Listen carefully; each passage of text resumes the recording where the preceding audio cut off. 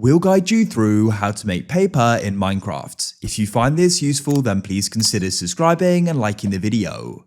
Paper is the basis of many different recipes in Minecraft. You need paper to go and make things like maps, bookshelves, amongst many other things as well. So let's go and get started.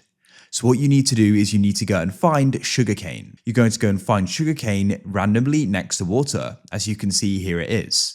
What we can do is simply go and break it with our hand and it's going to go and drop. You need a minimum of 3 pieces. Now, what we need to do is go and have a crafting table. To do that, put a log in a crafting table in your inventory and then 4 planks and you'll get one.